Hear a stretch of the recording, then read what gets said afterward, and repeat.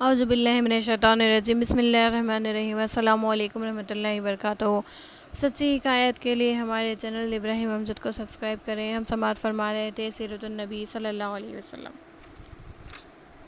معراج سے تشریف لانے کے بعد جب حضور اکرم صلی اللہ علیہ وسلم نے لوگوں کے سامنے اس واقعے کو بیان فرمایا تو لوگ انکار کرنے لگے اور مختلف قسم کے سوالات کرنے لگے۔ انہوں نے کہا، اگر آپ واقعتاً بیت المقدس جا کر آئے ہیں تو بتائیے کہ ہمارا تجارتی قافلہ جو ملک شام گیا ہوا ہے وہ کس مقام پر ہے؟ حضور اکرم صلی اللہ علیہ وسلم نے ارشاد فرمایا، وہ فلاں مقام پر ہے اور فلاں دن آئے گا۔ لوگ قافلے کی واپسی کا انتظار کرنے لگے۔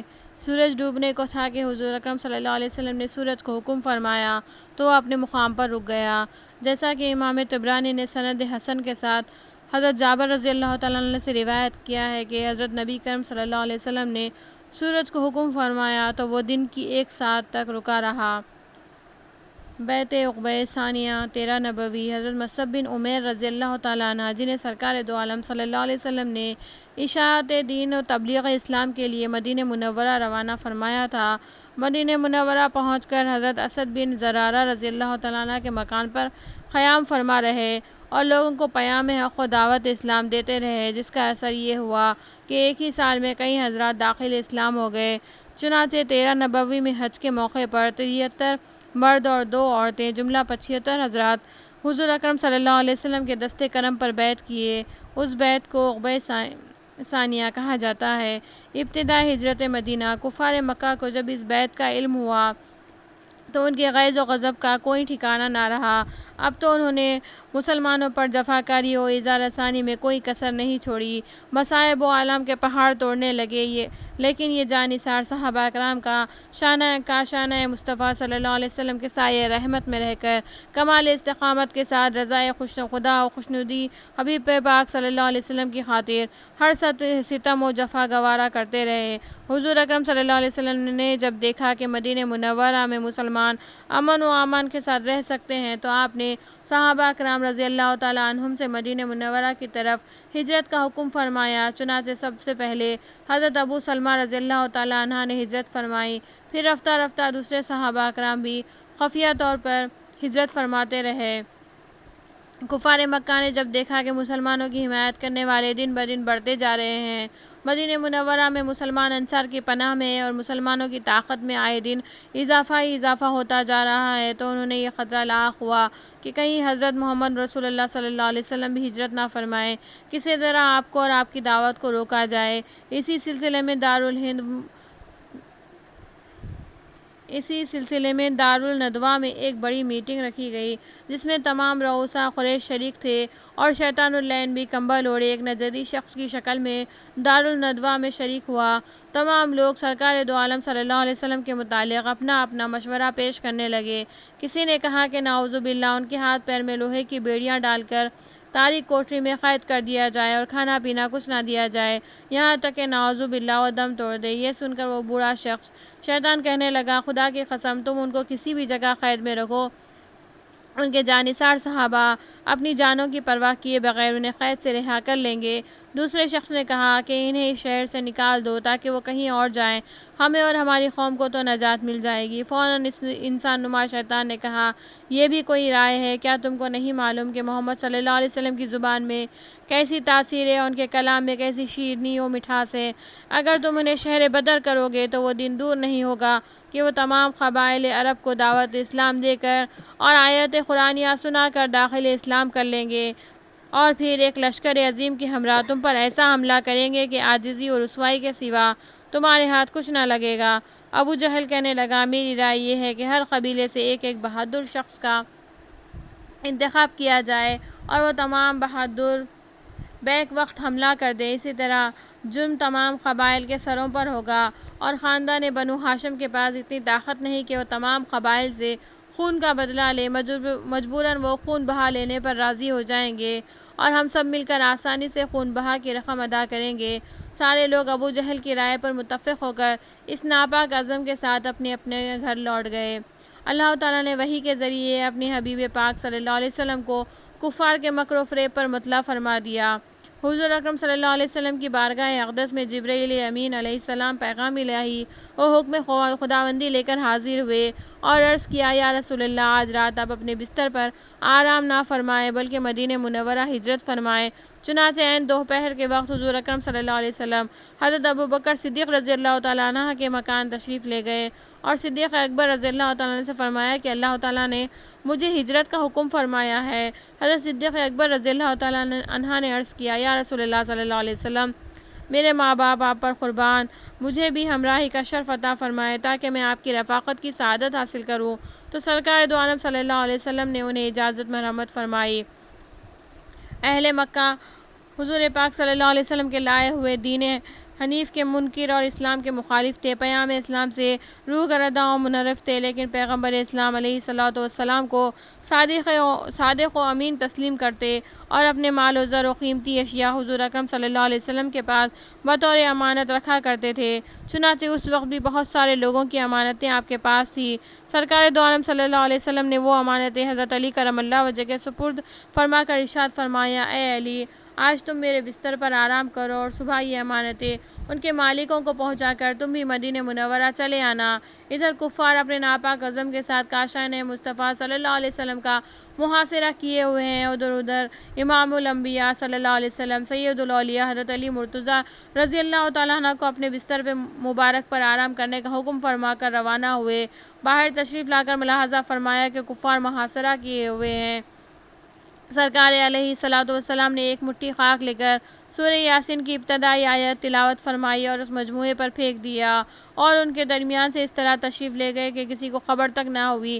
صبح جب کفار نے دیکھا کہ سرکار علیہ الصلوۃ والسلام کے بستر مبارک پر حضرت علی کرم اللہ وجہ ہیں تو کفار نے مارے حسرت کے کفِ افسوس ملتے رہے۔ حضور اکرم صلی اللہ علیہ وسلم نے حضرت ابوبکر صدیق رضی اللہ تعالیٰ عنہ کے ہمراہ اپنی جائے ولادت آبائی شہر مکے سے ہجرت فرمائی اور اسی رات غار سور پہنچ گئے۔ حضور اکرم صلی اللہ علیہ وسلم نے غار میں داخل ہونے کا ارادہ فرمایا۔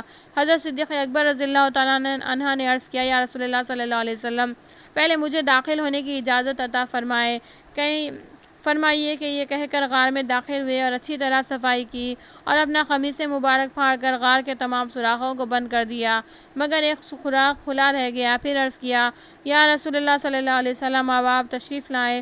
حضور اکرم صلی اللہ علیہ وسلم اندر داخل ہوئے۔ حضرت صدیق اکبر رضی اللہ تعالیٰ عنہ کے گود میں اپنا سر اقدس رکھ کر آرام فرمائے۔ حضرت صدیق اکبر رضی اللہ تعالیٰ عنہ نے کھلے سوراخ پر اپنا قدم مبارک رکھ دیا۔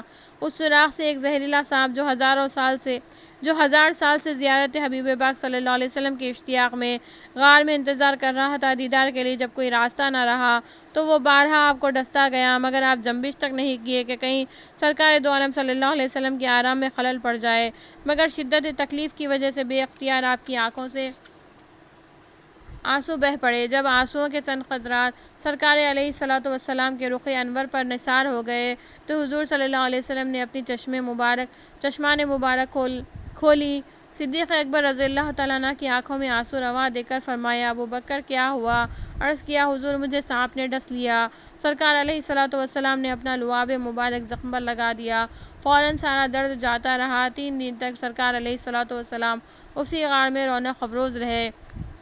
حضرت ابوبکر صدیق رضی اللہ تعالیٰ عنہ کے صاحبزادے حضرت عبداللہ رضی اللہ تعالیٰ عنہ رات کے وقت حاضر ہوتے اور مکہ مکرمہ کے احوال اور قریش کی تدابیر اور منصوبوں کے بارے میں خبر لاتے، اور صدیق اکبر رضی اللہ تعالیٰ عنہ کے غلام حضرت عامر بن فہیرہ بکریاں چراتے ہوئے غار کے پاس 2 بکریاں لے کر حاضر ہو جاتے اور دونوں حضرات کو دودھ پیش فرما کر واپس چلے جاتے۔ کفار مکہ رات بھر سرکار علیہ الصلوۃ والسلام کے کاشانہ اقدس کا محاصرہ کیے ہوئے تھے۔ صبح جب اندر داخل ہوئے تو کیا دیکھتے ہیں کہ سرکار دو عالم صلی اللہ علیہ وسلم کے بستر مبارک پر حضرت علی رضی اللہ تعالیٰ عنہ آرام فرما ہیں۔ فوراً ہر طرف چھان بین شروع کر دی۔ مکہ مکرمہ کے اطراف و کناف تمام علاقوں میں تلاش کرتے رہے، چاروں طرف قاصدین کو روانہ کر دیا۔ قدم مبارک کے نشان سے اندازہ کرتے ہوئے آخرکار تک غار سور تک پہنچ گئے۔ کفار کے قدموں کی آہٹ سن کر صدیق اکبر رضی اللہ تعالیٰ عنہ نے عرض کیا، یا رسول اللہ صلی اللہ علیہ وسلم، دشمن ہمارے بالکل قریب آ چکے سرکار صلی اللہ علیہ وسلم نے سکون و طمانینت سے لبریز جواب عنایت فرمایا، غم نہ کرو، بے شک اللہ ہمارے ساتھ ہے۔ خدا تعالیٰ نے حفاظت کا ایسا انتظام کیا کہ غار کے منہ پر مکڑی نے جالا تان دیا اور کنارے پر کبوتری نے انڈے دے دیے۔ یہ دیکھ کر کفار سمجھے کہ برسا برس سے اس غار میں کوئی نہیں آیا اور وہاں سے مایوس لوٹ گئے۔ حضور اکرم صلی اللہ علیہ وسلم 3 روز تک اسی غار میں تشریف فرما رہے اور چوتھے دن یکم ربیع الاول بروز دوشنبہ مدینہ منورہ کی طرف روانہ ہوئے۔ جب حضور اکرم صلی اللہ علیہ وسلم مقام خدیر پہنچے تو آپ کا گزر ام معبد بنت عاتکہ رضی اللہ تعالیٰ عنہما کے خیمے پر ہوا۔ حضرت ام معبد رضی اللہ تعالیٰ عنہما ایک ضعیف خاتون تھی۔ وہ آنے جانے والے مسافروں کو کھانا وغیرہ کھلاتی۔ حضور صلی اللہ علیہ وسلم نے ام معبد رضی اللہ تعالیٰ عنہما کے خیمے کی جانب ایک بہت ہی کمزور اور لاغر بکری ملاحظہ فرمائی تو ارشاد فرمایا، اے ام معبد، کیا یہ بکری دودھ دیتی ہے؟ عرض کیا کہ یہ بہت ہی کمزور ہے، دودھ نہیں دیتی۔ سرکار نے فرمایا، کیا تم اجازت دیتی ہو کہ میں اس کا دودھ دھو لوں؟ امام معبد رضی اللہ تعالیٰ عنہ نے عرض کیا، اگر وہ دودھ دیتی ہے تو ضرور لیجیے۔ سرکار دو عالم صلی اللہ علیہ وسلم نے بسم اللہ پڑھ کر جیسے ہی اپنا دست اقدس بکری پر رکھا، فوراً اس کا تن دودھ سے بھر گیا اور اتنا دودھ دھوہا کہ سارے لوگ سیر ہو کر پیے۔ سرکار دو عالم صلی اللہ علیہ وسلم کا یہ معجزہ دیکھ کر ام معبد مشرف با اسلام ہو گئی۔ شام کو ان کے خاوند تشریف لائے۔ انہوں نے جب اس معجزے کی شان اور سرکار دو عالم صلی اللہ علیہ وسلم کے شمائل مبارک سنے تو کلمہ شہادت پڑھ کر وہ بھی مشرف با اسلام ہو گئے۔ روایتوں میں آتا ہے کہ حضرت عمر رضی اللہ تعالیٰ عنہ کے دور خلافت میں جب سخت قحط ساری تھی، تمام جانوروں کے تن خشک ہو چکے تھے، ایسے وقت بھی یہ بکری سرکار دو عالم صلی اللہ علیہ وسلم کے دست پاک کی برکت سے روزانہ صبح و شام دودھ دیا کرتی تھی۔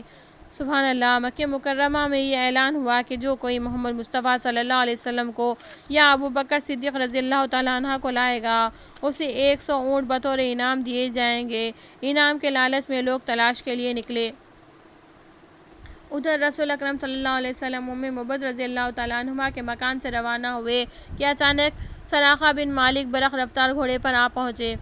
صدیق اکبر رضی اللہ تعالیٰ عنہ بار بار پیچھے مڑ کر دیکھتے، لیکن سرکار دو عالم صلی اللہ علیہ وسلم ان کی جانب التفات ہی نہیں فرماتے، یہاں تک کہ سراقہ بن مالک نے قریب پہنچ کر حملہ کرنا چاہا، فوراً ٹھوکر کھا کر گر گئے۔ پھر وہ دوبارہ حملے کی نیت سے آگے بڑھے۔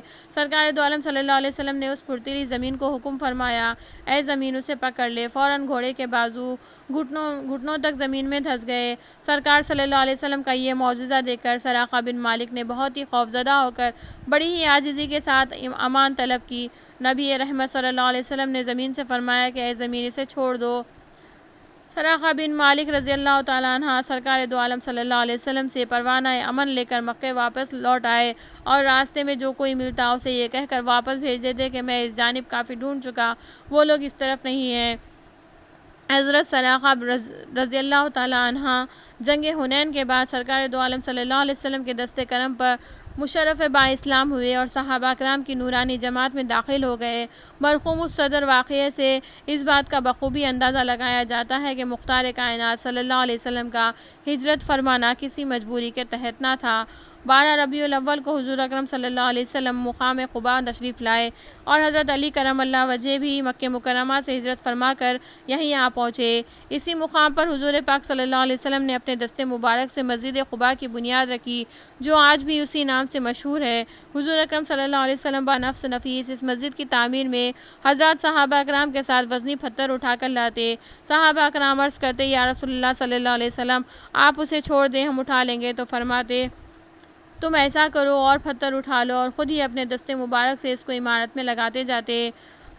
مسجد جمعہ قباء میں 14 دن قیام کے بعد بروز جمعہ مدینہ منورہ روانہ ہوئے اور راستے میں قبیلہ بنو سالم کی مسجد میں نماز جمعہ ادا فرمائی، جو آج تک مسجد جمعہ کے نام سے مشہور ہے۔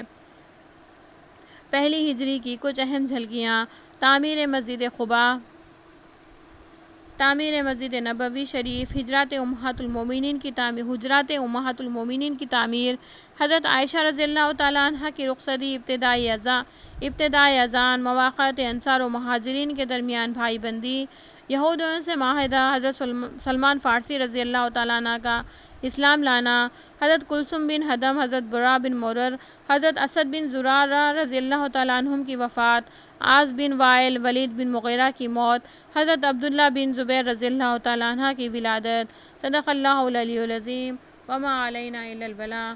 ہمارے چینل کو لائک، شیئر اور سبسکرائب کریں، اور ہماری ویڈیو کیسی لگی ہے ہمیں کمنٹس میں بتائیں۔